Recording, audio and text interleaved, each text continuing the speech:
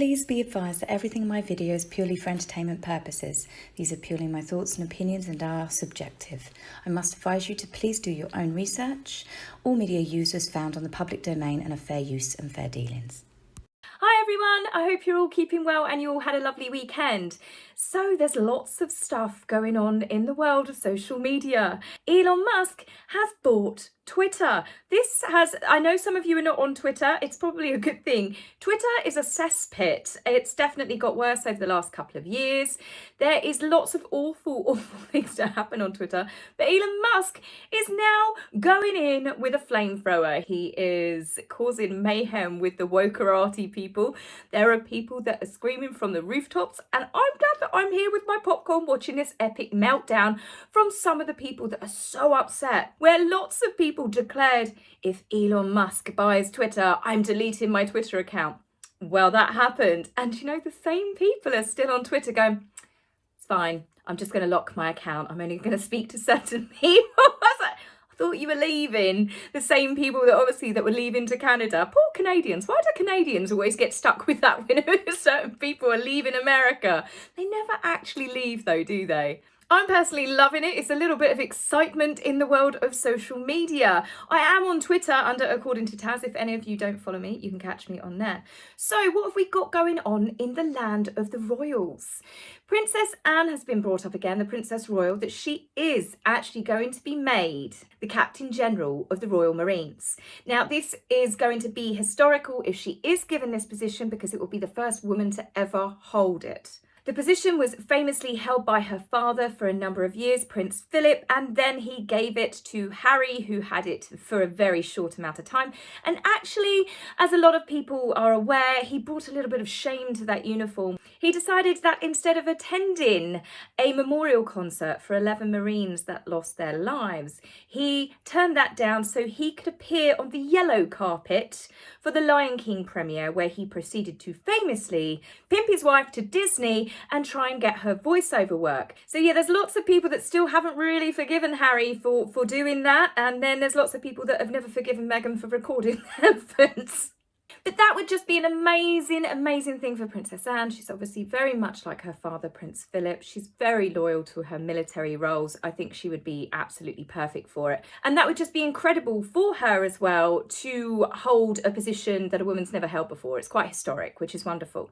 Now, Catherine, the Duchess of Cambridge, she has also been tipped to take over another position held formerly by a second son. This time it would be Prince Andrew, who since January, who had all of his patronages stripped from him, including any military positions. Prince Andrew became the Colonel of the Grenadier Guards back in 2017. This was handed down to him by his father, Prince Philip, who had actually held the position for over 40 years. Catherine would be the second royal person to actually hold this position who is a woman, and that was because the Queen, when she was 16 years old in 1942, was given the position by her father, King George. So obviously with the Queen stepping back from all of her duties, it would be wonderful to see Catherine step into shoes that were previously worn by the Queen, as it were.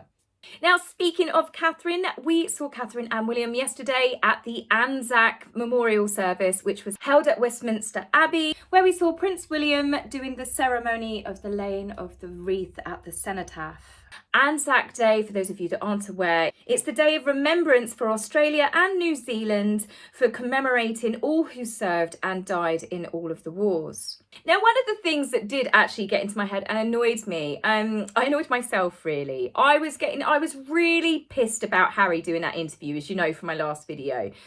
But I was going to do a video on Harry and Meghan, basically the Harry and Meghan show, which was the Invictus Games. But last week I started watching clips of the Invictus Games and I've just completely had a massive turnaround for it. I mean, I can only speak for myself here. When it comes to the Invictus Games, we know that it was created for Harry. He'd seen the Warrior Games and he enjoyed it, but I do believe it was the PR spin doctors at the palace were like, we need to give him something positive to focus on. They like him in the military. Harry seems to be invested in the military. Harry did seem to find his footing when he was in the military. So they created the Invictus Games. He may be listed as the patron, And we don't have to like him. I don't particularly like the way that, as I said, he treats his family. But the Invictus Games is a wonderful thing. And if you just ignore the fact that Harry and Meghan did obviously make it very much about them, I have to say that it was mainly when Meghan was there. As soon as Meghan left, and I'm not defending Harry at all, aside from that stupid interview that he did, which I think was poorly timed, it was incredibly selfish. It was selfish to do it because it took the shine away yet again from the Invictus Games, and then also had a knock-on effect to his grandmother's 96th birthday. The papers, as I said, were all over it, and I think it was a really stupid, insensitive thing to do.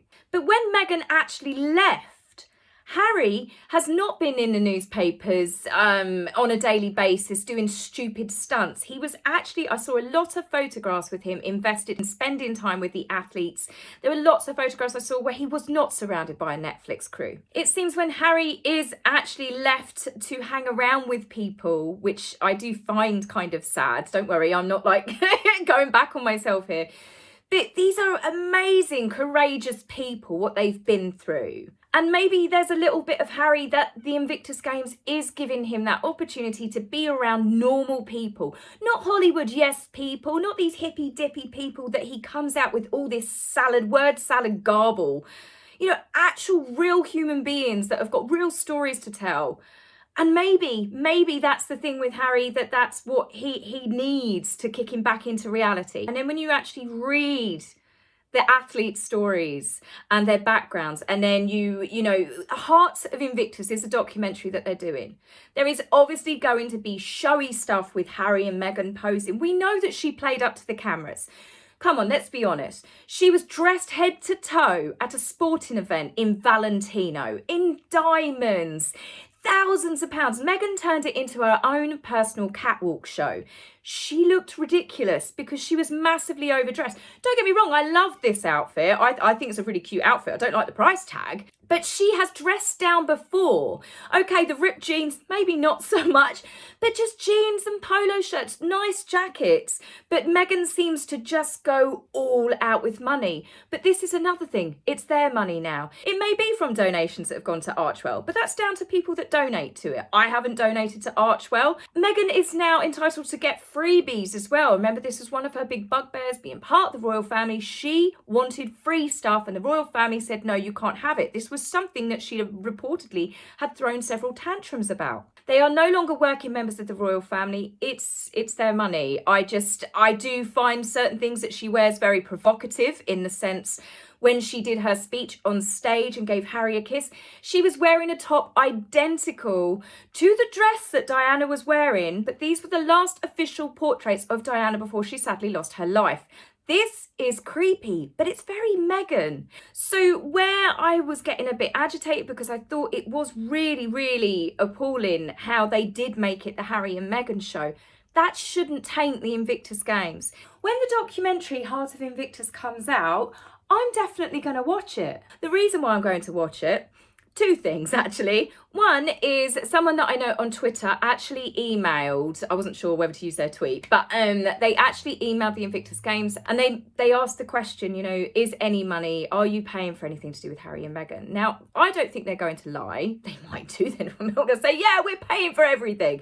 But they came back and they said that actually there is no fees that are going to Harry and Meghan. They have not put up any costs going to Harry and Meghan, and the entire Netflix payment, obviously once overheads have been taken, will be going to the Invictus Games. That means that I can watch it, because the more people that actually watch it on Netflix, the bigger the sum of the payment going to the Invictus Games. The thing is, what everyone needs to remember as well is the Invictus Games wouldn't exist without Harry. Whether you like Harry, whether you don't like Harry, you know my feelings on the man that I think that Harry's become, especially lately. But the Invictus Games means so much more to so many people. And the second reason why I'm going to watch it, as soon as Harry and Meghan come on stage, I'll be like, dip, dip, dip, dip, skip, skip, skip, skip, skip, skip, skip, skip, skip, skip. I'm not going to watch her doing that gushing speech she did on stage that made Harry fake cry again. I'm sorry, he's a terrible actor.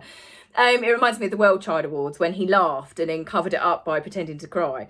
But yeah, that was typically Meghan. She didn't need to be on stage. She didn't need to give that speech, but she did. In her Diana top, she had her moment. And if you look at her, she's looking up at the crowds, very similar to what she did when she was giving her UN speech. And this is Meghan. This is her being in the role that she wants. And that is hundreds of thousands of people staring at her. She wasn't engaging with the audience. She was just like a starlet. And all these people are here for me.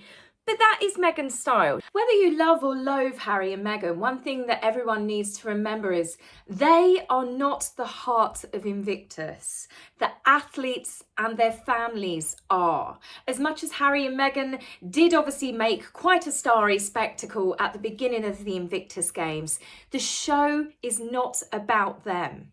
And one of the things that gave me the big turnaround, and I'm not about to go all sad or anything, but I was remembering my dad the other day.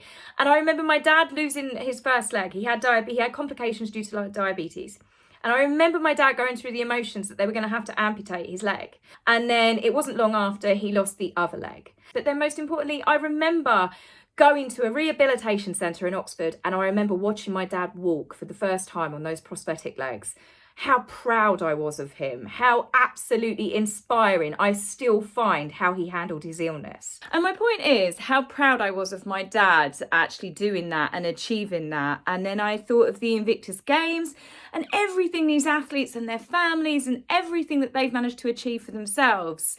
It shouldn't be overshadowed by people's dislike of Harry and Meghan. Invictus Games are about the military, they are about veterans, they are about all of those people that competed. So big congratulations to anyone that had family members and friends that actually took part.